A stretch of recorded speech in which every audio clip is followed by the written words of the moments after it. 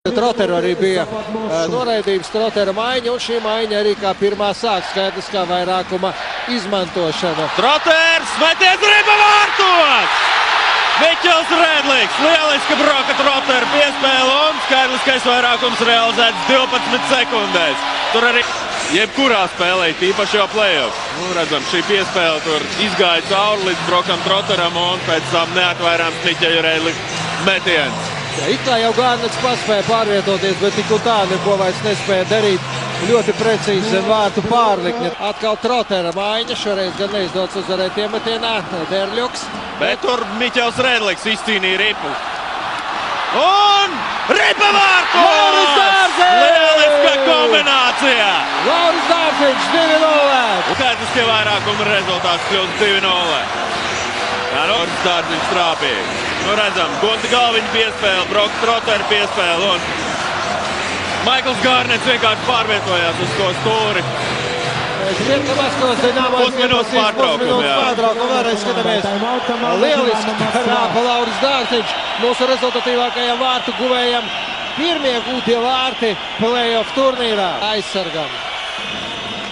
Graņāks ar Jalasvāru. Aizsargu pāris. Un ripa vārtos. Nocēc tur redzamību Mikaelam Telkvistam uzmetēja viņiem šo braucienu. Pusotra minūte, nedaudz vairāk jāspēlē. Jā, tur divi Graņāks meta pa vārtiem. Redzam, divi spēlētāji bija pilnībā noseguši redzamību mūsu vārtsargam. Jaunais spēlētājs mūsu spēlē. Bukārta metienu tver Maikls Gārnets un te ļoti rupi Gorbanovs nospēlē, pa ko arī saņem 2 minūtes. Tur pieslidoja. Nevajag Petrovickim neko tagad darīt. Surovijs. Surovijs uz pretējo pusi. Ņeževijs. Labi. Petrovickis. Cibuļskis un ripa vārtos! Lielisks pretuzbrukums! Ņeževijs 3-1. Visi izdarīja kā labākajos paraugos. Redzam, Ņeževijs arī iesāk šo uzbrukumu. Lielisks Petrovickis piespēle. Cibuļskis kritienā un precīzs arī Aleksandrs Ņeževijs. 3-1. Aleksandram Ņeževijam iepriekšējie vārti Maskavā bija 100, viņa vārti spēlējot arī pirms tam vēl. Un Kokarevs lieliski spēlē Telkvists. Un šeit Komarovs ļoti rupi nospēlēja. Nevajag atbildēt. Šobrīd tiesnesis pat nereaģē. Interesanti gan, kas tad tas bija? Jā, Komarovs vienkārši pieslidoja un notrieca mūsu spēlētāju uz ledus.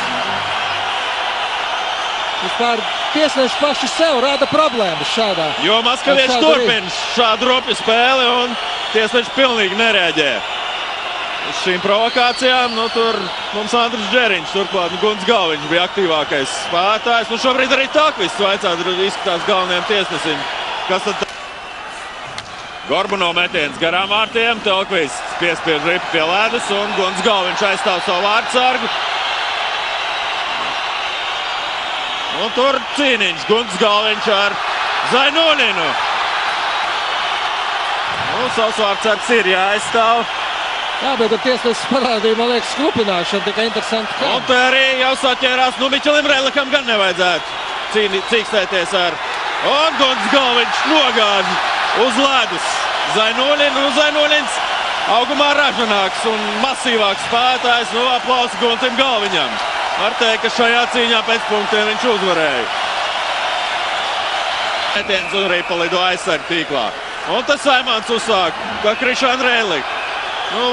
Surovijs un Kārsums uzņem ātrumu 2-1. Piespēle un ripa vārtos! 4-1 mazākumā! Un tas ir vislabākais sods par maskaviešu ropību. Gunta vārtu skaidriskajā mazākumā.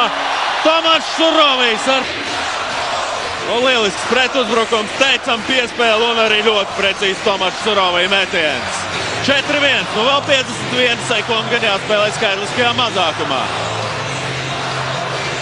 Vairākumā Troters uzvar iemetienā, bet ripa šobrīd ir iegūta. Šādā veidā Maskavas Dinamo. Un ripa vārtos! Miķelis Redlīgs 5-1 saņemiet par savu rupību. Šeit neviens nav, kurš nobītos. Šajā komandā tādu nav spēlētāju. Šobrīd Zurečenskis iznāca pirmo reizi laukumā kopā ar komandu.